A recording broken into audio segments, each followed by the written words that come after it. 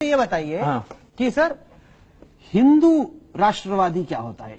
Hindu nationalist मतलब आप बोलिए कि मैं नेशनलिस्ट हूं, मैं पेट्रियट हूं, मैं इंडियन नेशनलिस्ट हूं, ये कहने की जरूरत पड़ी है मोदी को कि मैं एक हिंदू नेशनलिस्ट हूं। देखिए, पहले आप सवाल देखिए क्या पूछा गया कि आप हिंदू नेशनलिस्ट हैं, तो उन्होंने कहा कि यदि आपका कहने का अर्थ है कि मैं हिंदू हूं और नेशनलिस्ट हूं, हाँ मैं हिंदू नेशनलिस्ट हूं, ठीक है। तो आप उनको, मोदी जी को पता होना चाहिए कि आप लोग दुष्ट हैं और हम दुष्ट नहीं हैं।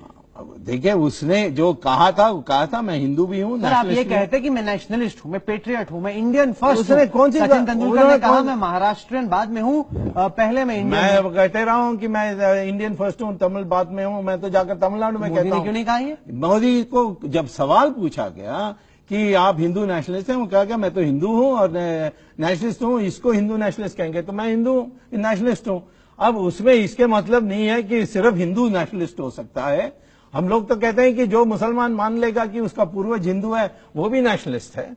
हम तो उनको अपनाने के लिए तैयार हैं। और मुसलमान के बारे में आपको बताना चाहता हूं कि आज शिया बिल्कुल हमारे साथ है, एनडीए के साथ है, और भी अन्य हैं, अहमदी हैं, बरेलवी मुस्लिम है। तो आप मुस्लिम में मत कहिए, मुस्लिम में आज डिवीजन आ गई। सर आप चाहेंगे कि डिवीजन आ जाए, लेकिन जो आप बात कह रहे हैं उसकी कहीं पे कोई प्रमाण नहीं है उसके। वो देखेंगे आप रिजल्ट में। आप चाहेंगे? मैं कहता हूँ कहाँ प्रमाण देख सकते हैं। गुजरात में लोकल बॉडीज इलेक्शन में देखें, क्या है वहाँ विकल्प क्या है? अगर नहीं जिताया तो वहां पे सड़क कैसे बनेगी, बिजली? वही होने वाला है। में वोट पड़े और उत्तर प्रदेश में पड़े, बिहार में पड़े, बहुत फर्क है सुब्रमण्यम स्वामी जी। मैं कह रहा हूं वही होने वाला है कि विकल्प एनडीए का कोई नहीं होने वाला है। ऐसी हवा बनेगी इस इलेक्शन में।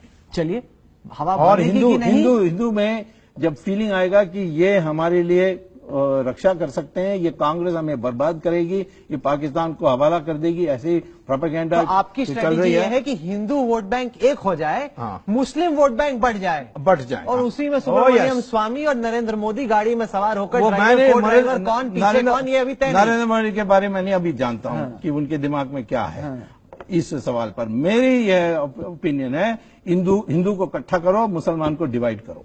चलिए, ये राजनीति ऐसे नहीं होनी चाहिए। ऐसे नहीं होनी चाहिए, नहीं चाहिए। मैं तो किसी को धर्म के नाम पर जब राजनीति नहीं, मुसलमान देश में वो बड़ी खतरनाक बात है। शिया के साथ क्या अन्याय हो रहा है जो पाकिस्तान में इतनी रणनीति है, जिसको आप इतने खुले तौर पे मान रहे हैं, वो रणनीति बहुत खतरनाक है इस देश के लिए। खतरनाक आपको समझना होगा। हम 80% हैं हिंदू, तो इसीलिए खतरनाक कैसे कह सकते हैं? चलिए, उसमें मुसलमान में 14% में 7% हमारे साथ आ जाए, खतरनाक कैसे हो गया? चलिए, कम से कम आपकी जो भी बात है वो पर्दे के पीछे नहीं, आप खुले कैमरे पे बोल रहे हैं। हाँ बिल्कुल। जनता को सुब्रमण्यम स्वामी के वचन पसंद है या नहीं, देखा जाएगा। चलिए, आप तो लगता है कुश्ती के लिए इस दंगल में तैयार हो। सुब्रमण्यम स्वामी, सीधी बात के लिए वक्त निकालने के लिए आपका बहुत बहुत शुक्रिया। तो ये थी सुब्रमण्यम स्वामी से आज की सीधी बात। ये कार्यक्रम आपको कैसा लगा? आप अपनी राय हमें ईमेल के जरिए भेज सकते हैं। हमारा ईमेल का पता है sb@aajtak.com। साथ के साथ इस कार्यक्रम को आप हमारी वेबसाइट पर देख सकते हैं, जिसका पता है www.aajtak.in/सीधी बात। तो अगले सप्ताह एक बार फिर से मुलाकात होगी। तब तक के लिए देश और दुनिया की बाकी खबरों के लिए आप देखते रहिए आज तक।